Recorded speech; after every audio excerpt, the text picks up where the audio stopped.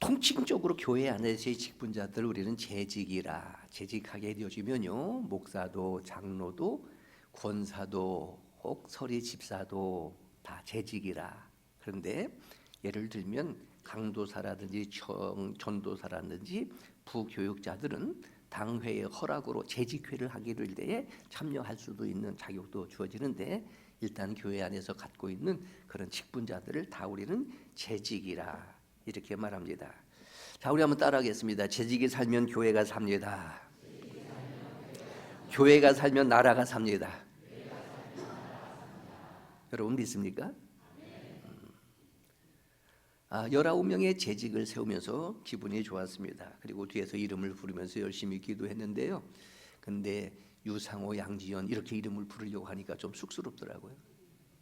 근데 재작년에도 집사가 될 수 있는 그런 나름대로는 주일 잘 지키지, 11조 생활 잘하지, 특히 부모님 말씀 잘 듣지, 부모님한테 맛있는 거 잘 사주지, 그래서 집사가 될 수 있는데 그래도 조금씩 미루었어요. 뒤로 좀 더 준비하자, 더 기도하자, 더 미루고 그렇게 되어졌는데, 또 여기 이제 새로운 교회로 해서 같이 집사가 되어진 우리 이경순 집사님이라든지 또 다른 집사님들도 계시지만, 신앙생활을 하면서 여기에서 처음 집사 임명을 받고 있는 우리 젊은 다음 세대가 있다. 자, 이것 때문에 제가 기분이 굉장히 좋습니다.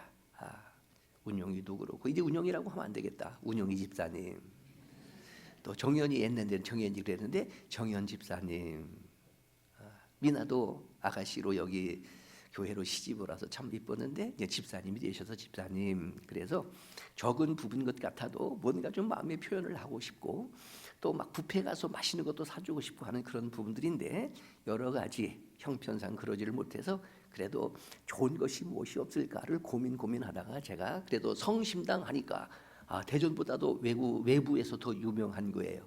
제가 교회 어르신들 모셨을 때 10만 원씩 용돈을 드리는 것보다도 요 성심당에서 튀소 이 마들린이에요, 이런 것 하나 주면 이걸 더 좋아해서 고맙다고 맛있다고 손자들한테 주고 그랬다고 하게 되는데, 조그마한 마음의 선물이었습니다. 그러나 지금 함께 했던 것처럼 재직이 살아야 교회가 살고, 교회가 살아야 나라가 삽니다.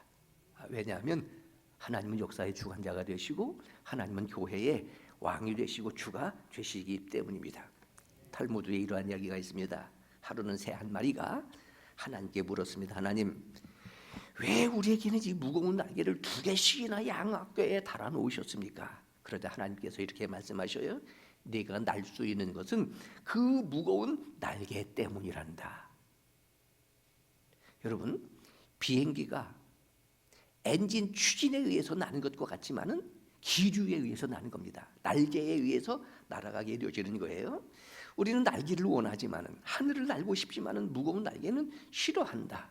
어떻게 보면 성경에 나오는 모든 인물들, 특별히 선지자들, 엘리야일 수도 있고, 이런 사람들은 얼마만큼 무거운 짐이었는지 차라리 하나님 나를 죽여주세요, 이렇게까지도 기도한 적이 있었어요. 선교사 한 분이 아프리카로 선교를 갔습니다. 원주민들과 함께 강을 건너게 되어지는데, 원주민이 큰 돌을 선교사님 가슴에 안겨주었습니다. 이 무거운 돌을 들고 내가 어떻게 건너지? 근데 이 원주민들 자신들도 큰 돌을 어깨에 이거나 가슴에 안고 강을 건너는 거예요. 처음에는 부담스럽고 무거웠지만은, 왜 원주민들이 선교사님에게 큰 돌을 가슴에 안겨주었는지 강 중간쯤 왔을 때에서야 알게 되어졌습니다.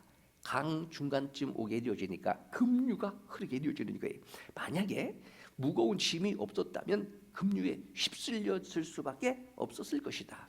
아프리카의 원주민들은 무거운 짐이 그 강을 건너게 하는, 오히려 도움이 된다는, 자기 자신의 생명을 살린다고 하는 지혜를 이미 알고 있었던 겁니다.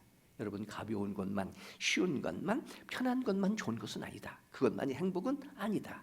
때에 따라서 하나님께서는 우리에게 무거운 짐을 지고 어떻게 보면 심취의 강을 건너게 하시는, 하나님께서 우리를 죽이시기 위해서가 아니라 우리를 살리시기 위하여 우리에게 때에 따라 무거운 짐을 주시지 않을까? 이런 내용들이 탈무드에 나오는 내용들입니다. 직분자라고 하는 것은 무거운 짐이다. 그래서 언젠가 말씀드렸습니다. 거룩한 부담이다. 거룩한 부담이다. 여러분, 장로, 오늘 예배 마치게 되어지면 장로님들만 제가 조문을 갈 거예요. 돌아가신 분의 조문을 가게 될 것인데요. 장로, 그리고 권사, 그리고 안수 집사, 바로 집사.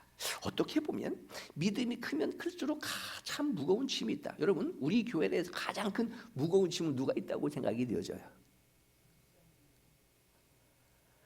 오전부터 왜 이렇게 이쁜 말씀만 그렇게 대답을 잘하시고 그래요? 제가 보니까 한 40대 같아요. 우리 집사님은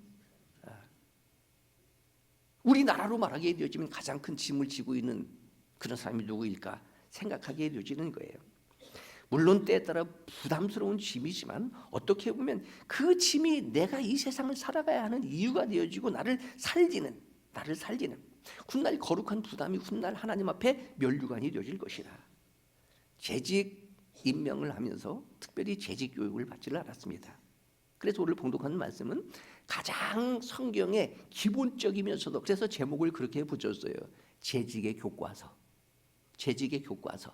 다른 것들은 다 뭐가 되어지는 거예요? 참고서가 되어진다면 재직의 교과서라고 하는 그런 제목을 통해서 교회의 기초가 되어지기도 하고 기본이 되어지기도 하는 이런 직분자, 우리가 아는 것처럼 신약시대의 최초의 교회입니다. 예루살렘 교회입니다.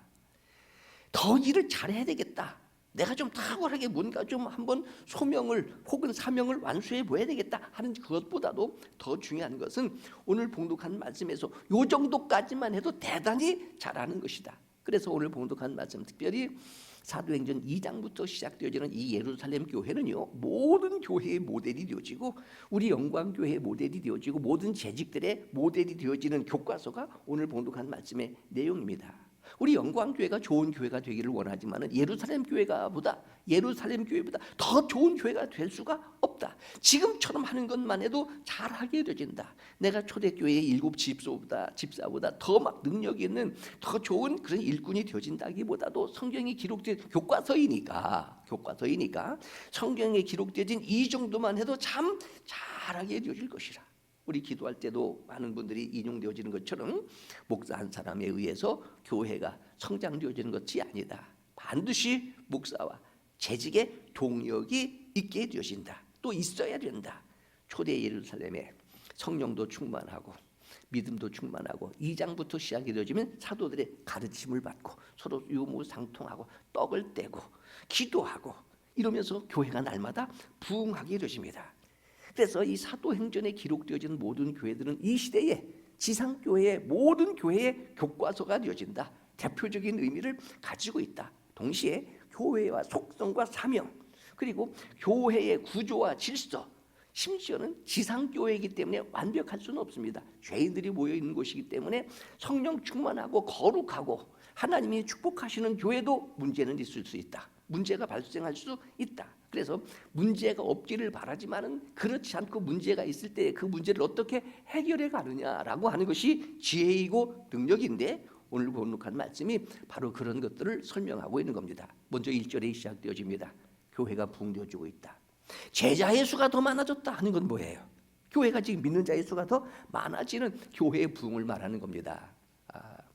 우리가 이제 1980년도에 미국의 교회 성장 학자들이라 일컬어서 맥가라 브란 박사라든지 피터 와그너라든지 하는 분들에 의해서 한국의 교회 성장에 대한 모델이 제시되어져 있었어요. 그때는 한국 교회의 경제적인 성장과 더불어서 1차적으로 교회 성장하게 되지면 외적 성장입니다. 그리고 양적 성장입니다. 교회가 얼마만큼 크냐 하는 것들이 바깥에 나가서 소문이 나게 되어지는 것이에요. 그런 속에서 우리 같이 중소교회는 조금 유료적인 측면에서 양적인 성장만 하면 되냐? 세상 사람들에게 알려지고 자랑스러운 외적인 성장만 있으면 되냐? 뭐가 중요하지? 질적인 성장이 중요하지. 질적인 성장이 중요하지.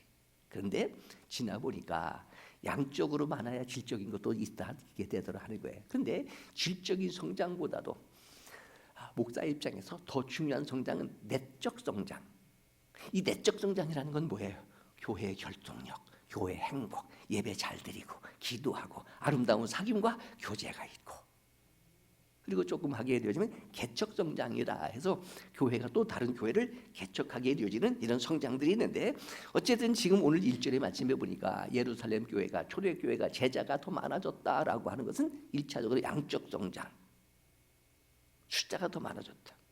우리 교회도 올 1년에 예배 드리는 인원은 500명 인원으로 자자. 어떻게 보면 좀 자존심도 상합니다. 우리나라에서 500명, 1000명은 이건 교회가 크다라고도 얘기하지 못해. 적어도 10만 명, 몇만 명 되어지는 교회들이 서울에 막 있다 보니까. 그런데 강남 이후로 우리처럼 중부권이라든지 남부 지역에서 500명 정도 되어지면 서울에 2000명, 3000명 되어지는 것과 비례적으로 이게 적은 교회는 아닌데 어쨌든 청년 이상으로 해서 우리 영광교회도 올 한 해는 500명 예배 인원, 오늘도 보니까 430명, 340명대, 340명대가 보편적인 그런 부분이에요.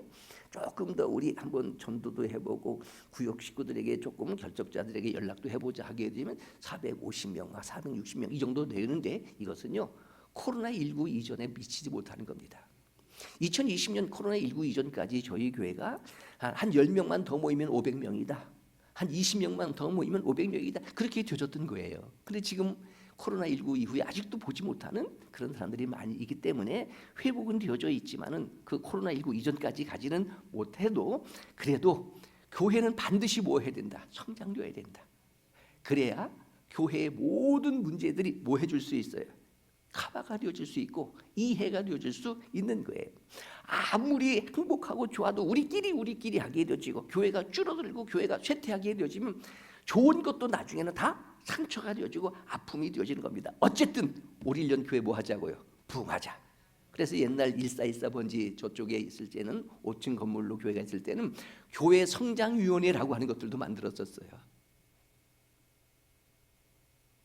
19명의 집사로 임명되어진 것이 교회의 질적 성장이고 내적 성장이고 또 이를 기초로 해서 우리 영광교회가 또 외적인 성장도 있을 것이고 믿는 자의 수가 더해지는 그런 교회 성장이 있을 것인데 지금 이렇게 되다 보니까 자 교회의 역할 혹은 기능 중에 하나가 오늘 내용을 보게 되어지면 구제라고 하는 것이 있었어요. 구제. 근데 구제를 하기를 때에 1절을 보니까 헬라파 유대인들이 있더라, 히브리파 유대인들이 있더라 이렇게 구분이 되어져요. 자 헬라파 유대인이라고 하는 것은 여러분 아시는 것처럼 바로 그런 겁니다. 요즘 우리로 말하게 되어지면은 당시 로마에 흩어져 살고 있었던 유대인들 디아스포라. 오늘 우리로 말하면 긍정적 측면에서 보게 되어지면 해외파. 그래서 외국에 나가서 공부도 하고 외국에 나가서 사업도 하고 외국에 나가서 살다가 이제는 조국으로 다시 돌아온 당시 그런 사람들을 우리는 헬라파 유대인, 히브리파라고 하는 것은요 우리로 말하면 고신이라든지 끝까지 무슨 어려움이 있어도 고난이 있어도 교회 떠나지 않고 조국 떠나지 않고 엄격하게 율법과 전통적인 문화를 지키면서 신앙을 지켰던 오늘 우리로 말하면 보수파, 헬라파는요 조금 친보파 이렇게 나눠져 있었던 거예요. 자 그들이 이제 고향으로 돌아와서 예수를 믿고 같이 한 교회의 공동체를 이루다 보니까 교회가 뭐 해졌어요? 성장하게 되어진 거예요. 근데 성장하게 되어지는데 문제가 생겼다. 행정적인 착오일 수도 있고요. 이건 행정적인 착오.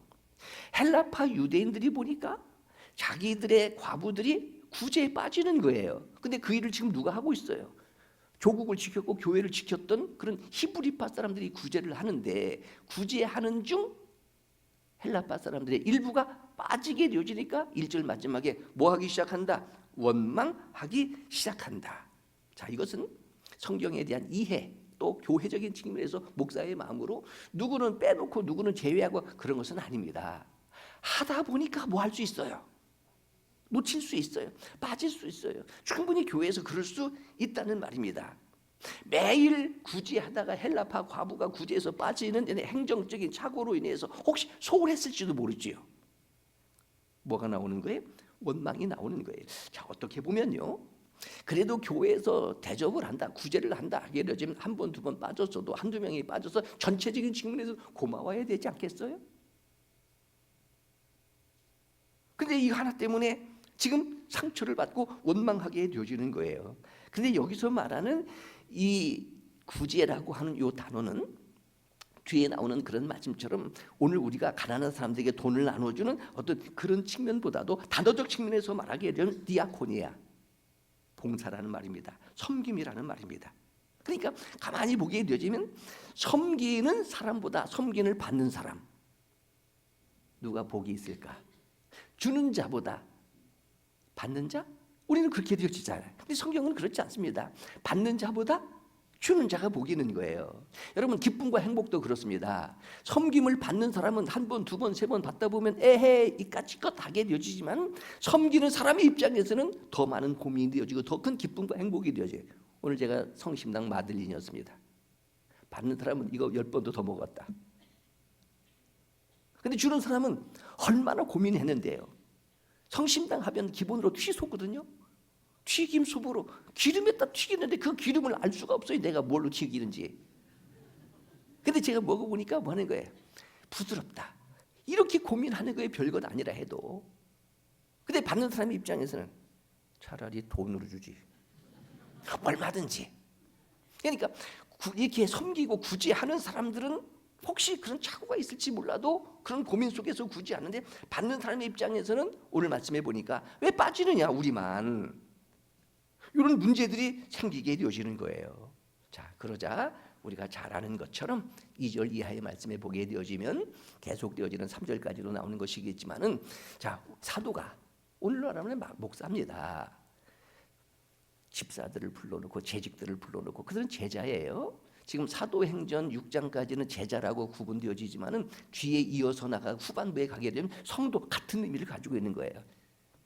사도들이 우리가 하나님의 말씀을 제쳐놓고 여기서는 접대하는 것이라고 교육이 돼. 접대 그런 겁니다. 그러니까 이 문화적 배경 속에서는 매주 금요일이면 모든 사람들을 초청을 해서 교회에서 뭐 하는 일이 생겨요? 무슨 행사? 접대하는 거예요. 식사 대접을 하게 되어지는 거예요. 그러니까 매주일 금요일마다 식사 대접을 하게 되어지니까 이것이 대단한 가치 있는 그런 것은 아닌데 일상적인 것이다. 밥 한 끼다. 오늘 우리로 말하면 교회에서 주일날 식사 한 끼 대접하는 그 접대예요. 그거. 이것 하나 가지고도 한 사람 빠졌다고, 누구는 챙기지 않았다고 상처받고 시험들어 원망하게 되어지는 이 모습이 이게 지상교회의 한계다. 오늘 우리 영광교회의 한계다. 그렇습니다. 오늘은 떡이 없었어요. 매주일마다 거기 떡을 먹다가 떡 없으면은 왜 오늘 떡 없느냐고 말은 안 하고 속으로 또 떡을 먹다가도 하나만 더 달라고. 그럼 이제 분배하는 주방에서 입장에서는 그래도 이게 정해진 규칙대로 정해진 양을 생각했었기 때문에 못 준다고. 여러분, 이것 때문에 떡 하나 다 달라는데 떡 안 준다고 해서 교회 나오다가 안 오는 사람도 있습니다. 그래서 그때 당시만 떡 하지 말자. 거기 떡 하다가 교인 잃는다. 근데 뒤돌아서 생각했어요. 그 한 사람이 떡 하나 안 준다고 교회 나갔다고 해서 우리가 먹고 누려야 되는 사람이 훨씬 더 많은데 그래도 하자. 네가 어디 가서 떡 점심 때 교회에서 주는 교회 있는 얼마나 보자 하고서 우리 그냥 하게 되어지는 거예요. 자, 접대하는 것이 일삼는 것, 이거 마땅치 않다. 우리는 뭐 해야 되는데, 사도들은 하나님의 말씀을 전해야 되는데, 오늘 뒤에 이어지는 말씀에 보니까 하나님의 말씀을 전하는 일과 기도하는 일에 힘을 써야 되는데 지금 행정적으로 굳이 하는 일, 접대하는 일, 식사 봉사하는 일, 이것 때문에 대접받지 못했다고, 반찬이 짜다고 싱겁다고, 이것 때문에 원망하고 불평하는 것, 이래서는 안 되겠다 해서 누구를 세우기 시작한다. 묘책이에요. 이게 지혜예요. 교회 안에서 오늘 내용입니다. 믿음도 충만하고 지혜도 충만하고 성령도 충만한 사람. 자, 이것은요, 믿음이 충만하다, 성령이 충만하다, 지혜가 충만하다라고 하는 이런 것은요, 신앙적 측면에서 십자가로 설명하게 되어지면 하나님과의 수직적 관계입니다. 그렇잖아요. 성령 충만, 지혜 충만, 믿음 충만은 하나님과의 수직적 관계라고 하게 되어진다면, 오늘 강조하고 싶은 것, 뭐 받는 사람? 그렇지. 뭐 받는 사람? 칭찬받는 사람. 수평적 관계, 대인과의 관계, 요거 한 가지 강조하고 싶어요. 뭐 성령 충만하고 지혜 충만하고 믿음 충만하니까 집사가 되어진 거예요. 근데 이제는 모든 재직들이 뭐 받는 사람? 칭찬 받는 사람. 이것이 중요하다. 자, 옆 사람에게 당신을 칭찬합니다. 믿음이 좋다라고 하는 것은 기본적인 겁니다. 기본적인 신앙생활, 예배생활, 기도생활 잘하는 거예요. 이게 어떻게 보면 한국교회 자랑이거든요. 성도의 5대 의무라고도 할 수도 있을 것이고요. 근데 믿음 충만, 성령 충만, 지혜 충만인데 인간관계 속에서 뭐 받는 사람, 칭찬 듣는 사람 이렇게 표현되어 있지만 조금 고급스러운 단어, 수준 있는 단어를 설명하게 되어진다면 덕을 세우는 사람. 그렇잖아요. 용장이 불여 지장이요, 지장이 불여 덕장이라, 덕장이 불여 영장이라. 이렇게 한 가지 만들어낼 수도 있는 내용이지만 믿음이 좋다고 성령 충만하다고 지혜가 있다고 칭찬 듣느냐 하는 거예요. 잘 생각해 보세요. 좋은 평판을 들어야 된다 그런 말입니다. 대인 관계 속에서 이것이 뭐냐면은 왜 이 칭찬 듣는 것, 좋은 평판이라고 하는 것을 강조하고 싶냐면은 내가 하나님과의 올바른 관계, 정상적 관계, 인격적 관계 속에서의 성령 충만, 믿음 충만, 지혜 충만의 그 증거가 뭐로 나타나느냐 하는 거예요. 다 대인 관계로 나타나는 거예요. 대인 관계.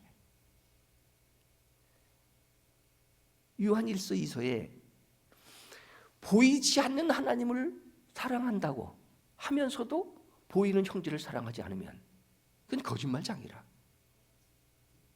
보이지 않는 하나님, 근데 보이는 형제도 사랑하지 못하는 거예요? 그렇지 않다. 그래서 내가 정말로 다시 믿음 좋고 성령 충만하고 은혜가 충만하고 하나님과의 정상적 관계, 올바른 관계, 인격적 관계를 맺고 신앙생활하고 있다는 그 증거가 뭐라고요? 대인관계다. 그래서 우리가 사람들 앞에서 내가 이해하고 양보하고, 흔히 말하는 거 벌어서 남주고 일해서 남주고 공부해서 남주고, 식당에 가서 절대로 깎지 말고 더 달라고 하지 말고, 옷가게 가서 과일가게 가서 깎지 말아라 하는 이유가 바로 그런 까닭이에요. 여러분 워런 버핏이라고 하는 세계적인 부자, 여러분 우리가 전 존경하고 지금 이제 노신사에 그런 분들이 세월이 벌써 흘러서 가치 투자에 대한 귀재라고도 알려지고 있고요. 그는요 성직자의 기준하는 도덕성을 가지고 있다. 그가 말하는 겁니다. 돈보다도 명성을 더 중요하게 여겨라. 돈보다도 명성을 더 중요하게 여겨라. 자, 번역이 그렇게 되어졌지만 쉬운 우리 표현으로 말하면 돈은 잃어도 괜찮지만 평판을 잃어서는 안 된다 그런 말입니다. 자, 우리 옆 사람에게 나는 당신을 칭찬합니다. 나는 당신이 좋습니다. 그런 거예요. 이게 내가 하나님과의 영성이 그렇게 지금 표현되어지는 거예요. 사람들에게 비난받으면 안 된다는 말입니다. 그렇기 때문에 교회에서 소위 말하는 이 항존직이라고 하는 개념, 서리 집사는요 우리나라의 독특한 교회 문화입니다.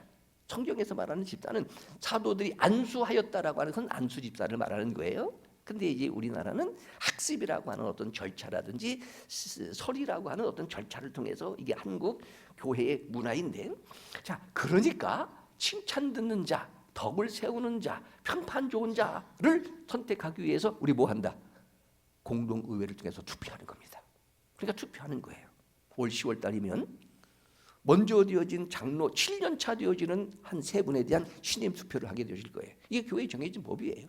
황 장로님 7년 하고 나서 7년 신임 투표해서 7년 더 했었습니다. 사실은 1년 해야 되는 것인데 우리 이제 교회가 조직 교회가 되어야 하니까 권사 세우게 될 때, 안수 집사 세우게 될 때, 장로 세우게 될 때 투표를 하는 이유가 바로 그러한 까닭이 되어지는 거예요.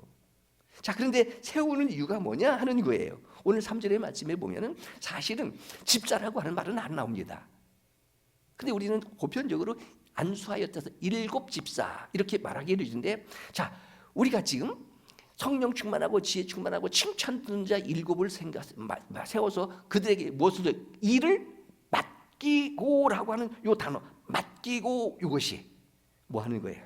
일명 책임을 지우는 것, 임명하는 것, 디아코노스라고 하는 직분자적인 측면에서 집사로 하게 되는데, 오늘 봉독한 내용에 그러면 맡기는 일이 뭐예요? 구제하는 거, 공개하는 거. 옛날 성경으로는 공개라고 하게 되었고요. 또 이 구제하는 것이 무엇일까? 뒤에 보니까 접대하는 것, 봉사하는 것, 그런 일들을 맡기는 거예요. 맡기는 것. 그리고 사도들은 뭐 하는 일에? 설교하고 기도하는 일에 힘쓰니라. 옛날 성경으로는 전무하리라 그랬어요. 그게 전곡이다라고 하는 말입니다.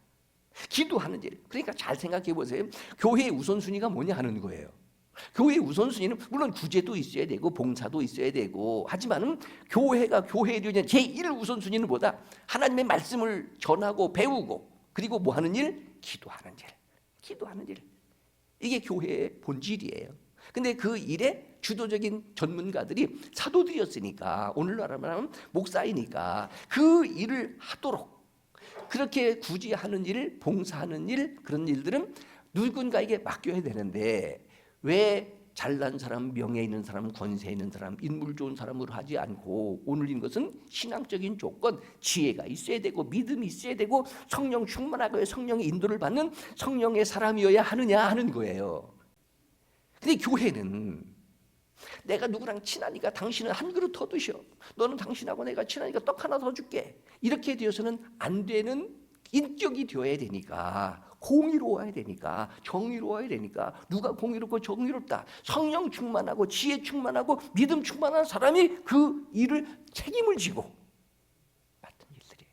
그러니까 국가의 권력기관에 있는 국회의원을 비롯해서 모두가 다 성령 충만해야 돼요. 믿음 충만해야 되고 지혜가 충만해야 되고 그리고 가장 중요한 것 뭐 받는 것? 존경받아야 되고 칭찬 들어야 되고 평판이 좋아야 되고 그래서 이 일로 인하여 교회가 교회 되어질 수 있도록 목사는 뭐 하고요? 설교하는 일에 대하여 기도하는 일에 대하여 전무할 수 있도록 자 그러면 이렇게 한번 이런 내용을 정리해 보겠습니다. 목사는요 설교를 위해서 하나님을 위해서 조금 말하면 교회를 위해서 목사가 존재하는 거예요. 목사는 하나님과 교회를 위하여 장로, 권사, 집사는 따라하겠습니다. 목사를 위하여. 아니면 아니라고 하세요. 괜찮아요. 아니면 아니라고 하세요. 이게 성경의 원리 아니에요? 내가 목사니까 목사 잘 섬기라고 목사한테 대들고 가다가는 벌 받는다고 전혀 그렇지 않습니다. 욕하고 싸우고 대들고 맞짱 떠도 절대로 하나님 벌 준다 그렇지는 않아요. 그래도 교회가 교회되고 교회가 붕되고 성장되어지는 오늘 말씀의 원리를 보니까 목사가 말씀과 기도하는 일에 전무해야 되는데 지금 교회 안에 공개하고 구제하고 대접하는 그 일에 신경 쓰다 보니까 주방에 목사가 들어가서 자 좀 짜요 싱겁게 하지 마세요 자 떡 좀 잘 분배하세요 이런 일을 하려고 하다 보니까 목사가 어떻게 되어지는 거예요? 설교하기 때에 교인들을 보면 전부 다 떡처럼 보이게 되어지고 그러니까 전적으로 전무하지 못 힘쓸 수 없으니까 목사가 말씀과 기도하는 일에 방해가 되어지는 일은 우리가 할 테니까 목사님은 뭐만 하세요. 말씀과 기도하는 일에 전무하세요. 그러니까 교회라고 하는 측면에서 목사는 말씀을 위하여 목사는 하나님을 위하여 존재한다면 교회의 모든 직분자들은 누구를 위하여 존재한다. 솔직히 얘기해요. 아니면 아니라고. 그래야 오늘 7절의 말씀처럼 교회가 부흥되어지고 성장하게 되어지는 거예요. 내가 이 교회를 마음대로 하겠다는 말은 전혀 아닙니다. 지금은요. 이런 설교하지 아니해도 우리 교회는 온 순서대로 하는 거예요. 우리 교회는 누가 등록을 먼저 했느냐 오래 했느냐 내가 1호 이 교회의 등록자입니다. 군대도 그렇잖아요. 군대도 똑같은 계급이지만은 호봉수에 따라서 달라지게 되어지는 것처럼 여러분 제가 이렇게 설교를 하게 될 거예요. 다행히 설교는 캐리그마적 성격을 갖고 있기 때문에 손들고 질문할 수는 없지만 끝나고 나서는 얼마든지 항의할 수 있다. 논쟁할 수 있다. 이의를 제기할 수 있다. 내가 내 마음대로 하려고 하는 그런 의도가 아니라 교회 하나를 세우기 위한 성경의 원리가 그렇다는 말입니다. 그래서 말씀드렸잖아요. 왜 장로 되려고 해요? 왜 안수집사 권사 되려고 하는 거예요? 예배 잘 드리려고? 예배 잘 드리고 교회 생활 그냥 편안하게 하려면 직분 안 갖는 게 훨씬 좋습니다. 그럼에도 불구하고 내가 직분을 맡는 이유는 뭐 하는 거예요? 목사님을 도와서 교회를 교회되게 하는 그러니까 이게 뭐 하는 거예요? 무거운 짐이다. 아주 힘들고 어려운 일이다. 집사 되지 않았을 때는 기도하고 예배드리고 교회 나오면 아주 편안할 수 있었는데 집사가 되어지니까 목회 협력헌금도 해야 되고 목사를 위해서 기도도 해야 되고 목사의 어떤 일들에서 저것도 해야 되고 그런데 5절의 말씀에 보니까 이런 원리 속에서 7사람을 채워서 그 일을 맡기게 되어지니까 교회의 온 무리들이 뭐 하더라고요? 기뻐하고 좋아하더라. 성령의 감동으로 기록되어진 말씀이면 누가 기뻐하시고 좋아하신다는 거예요? 하나님이 기뻐하시고 좋아하신다는 거예요. 그리고 오늘 6절의 말씀에 보니까 사도들이 그들에게 안수하고 안수라는 건 뭐예요? 우리가 아는 것처럼 이게 제사적 표현이에요. 짐승에게 안수를 해서 짐승을 잡게 되면 짐승은 죽는 거예요. 그래서 지난번 말씀드렸지요. 장로 임직하는 날은 잡는 날이다. 잡는 날이다. 나는 죽었다. 근데 복음의 역설이 있잖아요. 죽으면 삽니다.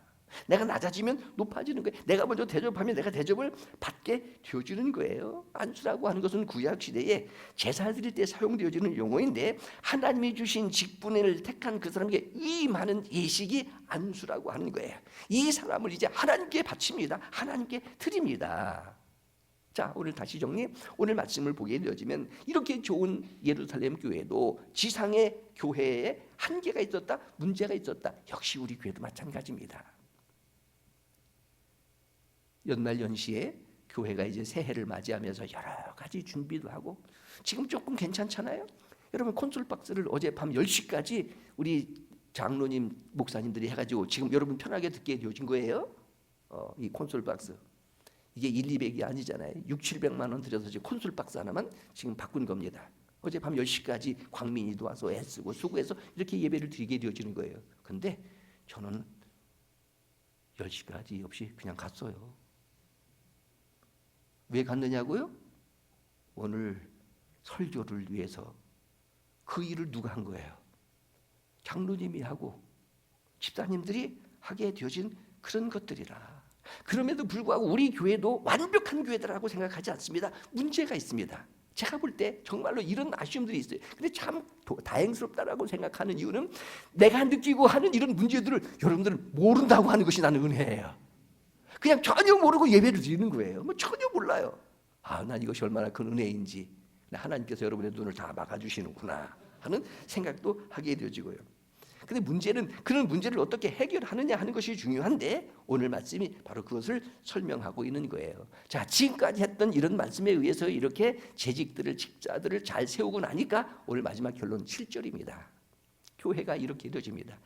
하나님의 말씀이 점점 왕성하여, 바꿔 말하면 기도할 때마다 그래요. 오늘 오전에 어느 분이 기도하셨어요. 목사님이 담대하게 용감하게 소신껏 기도하라고. 그래서 제가 속으로 아멘 아멘 했습니다.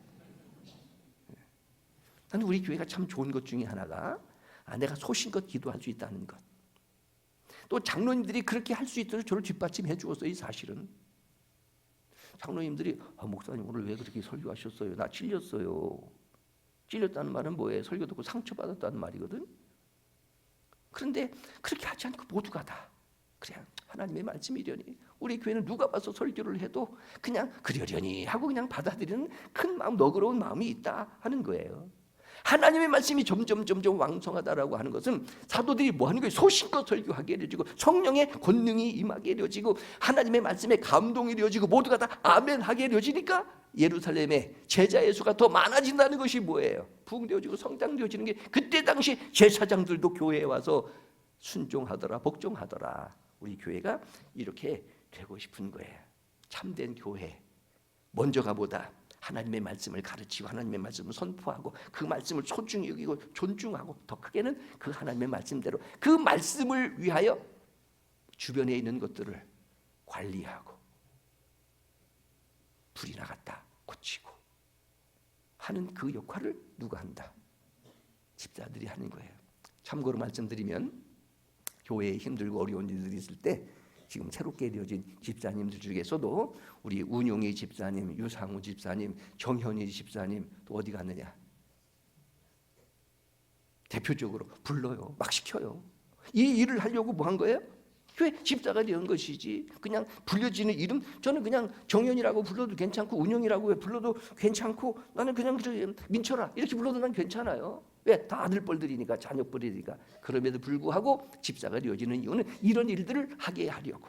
그래서 어떤 일이 있다. 눈이 온다. 새벽에 나와서 그럼 눈치를 생각해야 되고 교회에 어떤 작업을 한다. 나와서 일을 하게 하는 이 일을 위하여 교회에 집사가 되어지고 장로가 되어지고 권사가 되어졌는데 자 이런 터 위에 교회가 반드시 서게 되어지고 하나님의 말씀으로 인하여 교회가 흥황하게 되어지니까 말씀드렸어요. 말씀으로 믿음도 부흥되어질 뿐만 아니라 말씀으로 치유도 되어지고 회복도 이내어지게 용기도 갖고 살아나는 그런 역사들이 있어서 믿는 자의 수가 더해질 뿐만 아니라 그 성도들 중에는 제자들의 수도 더 많아지더라. 따라하겠습니다. 교회는 내가 지킨다. 목사님은 내가 지킨다. 여기 크게 좀 해봐. 저기는 이미 저거에서 저랑 같은 세대이기 때문에 이제 언제 누가 먼저 갈지 모르는데 여기는 더 오래 살 거 아니에요. 여기가 오래 사는 사람들이 이 교회는 누가 지킨다? 내가 지킨다. 목사 누가 지킨다? 내가 지킨다. 따라하겠습니다. 호랑이는 주고, 호랑이는 주고 하면 나와야 될 거 아니에요? 호랑이는 주고, 사람은 주고, 성도는 주고. 자, 좋은 집사님으로 행복한 교회의 부흥의 동역이 될 수 있기를 바랍니다. 모든 분들을 전제로 해서 19명 또 오늘 참석하신 분 와인이 I love you 사랑해요.